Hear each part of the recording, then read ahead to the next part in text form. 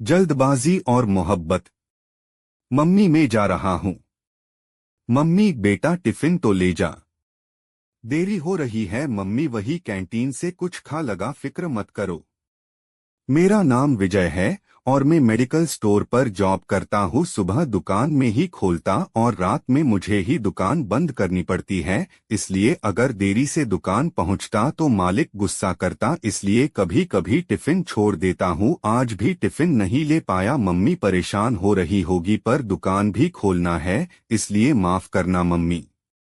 जल्दी के चक्कर में थोड़ा तेजी से जा रहा था। अचानक चौराहे पर एक काले रंग की फॉर्च्यूनर गाड़ी आ गई। मैंने ब्रेक लगाए पर मेरी बाइक फॉर्च्यूनर में जा घली। कार से मेरी उम्र से थोड़े बड़े दो भाई बाहर आए और बोले, क्यों वे ज्यादा जल्दी है तेरे को? मैंने माफी मांगी, सॉरी भाई थोड़ा लेट हो रहा था। उनकी कार की पीछे की लाइट टूट गई और बगल में बहुत सारे स्क्रैच आ गए थे। मेरी बाइक का भी आगे की लाइट और इंडिकेटर टूट गए थे। दोनों लड़कों ने मेरी बाइक की चाबी निकाल ली और कार को सही करवाने की कहते हैं। मैंने दोनों भाइयों से कहा, इतने पैसे नहीं है मेरे पास और गलती आपकी है, ट्रैफिक लाइट भी नहीं देखी आपने। उनमें से एक भाई गुस्से में आकर मुझे धक्का देता है और कहता है, जब तक कार सही नहीं करवाएगा तब तक तेरी बाइक नहीं मिलेगी। मैंने दोनों भाइयों से कहा, माफ कर दो मुझे देरी हो रही है, दुकान नहीं खोली तो मेरा मालिक मुझे नौकरी से निकाल देगा। Love story in Hindi. लड़के, हमें नहीं पता वो सब तेरी बाइक ले जा रहे या फिर पैसे दे दे। मैंने अपना पर्स निकाला, उसमें 380 रुपए थे। मैंने उन्हें दिए और कहा, इतने ही हैं मेरे पास, अब मुझे जाने दो प्लीज। दोनों हंसने लगते हैं और कहते हैं, 300 से काम नहीं होगा, कम से कम 25 से 30 हजार लगेंगे। कभी इतनी महंगी कार देखी है भिखारी? मेरे हाथ पैर कांप गए। इतने पैसे तो मैं एक साल में भी जमा नहीं कर पाया। मेरी आंखों से आंसू आने लगे, बहुत डर लगने लगा। इतने पैसे कहाँ से लाऊंगा अब मैं? तभी मालिक का फोन आता है। मालिक कहाँ है? विजय दुकान नहीं खोलनी क्या?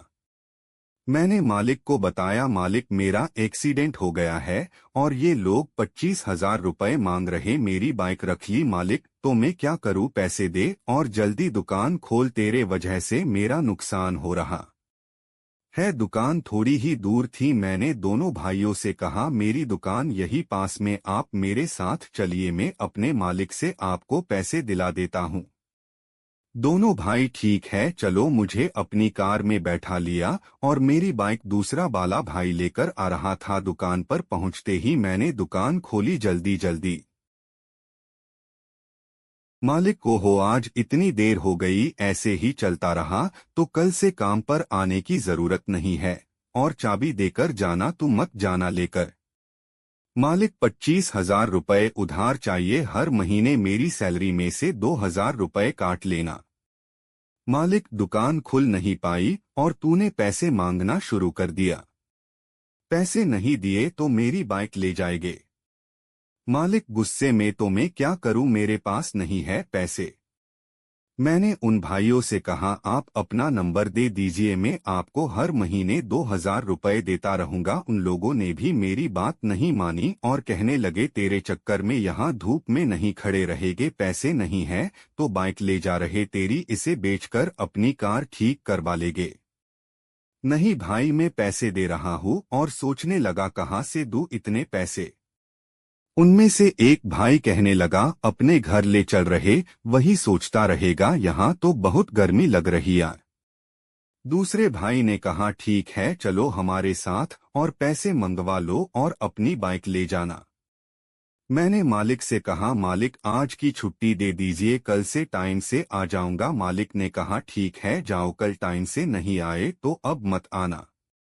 सुनकर मैं दोनों भाई के साथ उनके घर चला गया। मेरी बाइक रख ली और मुझे वॉचमैन के पास बैठा दिया और कहा, शाम तक का वक्त है, तुम्हारे पास पैसे मंगवा लो और बाइक ले जाओ, कहकर चले अंदर गए। मेरी आंखें नम थी और मन ही मन सोच रहा था, काश धीरे धीरे आ रहा होता तो आज ये सब नहीं होता। उतने में ही, क्या हुआ बेटा, क्या बात है? कुछ नहीं अंकल जी, एक्सीडेंट हो गया, मेरी बाइक रख ली, 25 हजार रुपए दूंगा तब बाइक वापस करेंगे।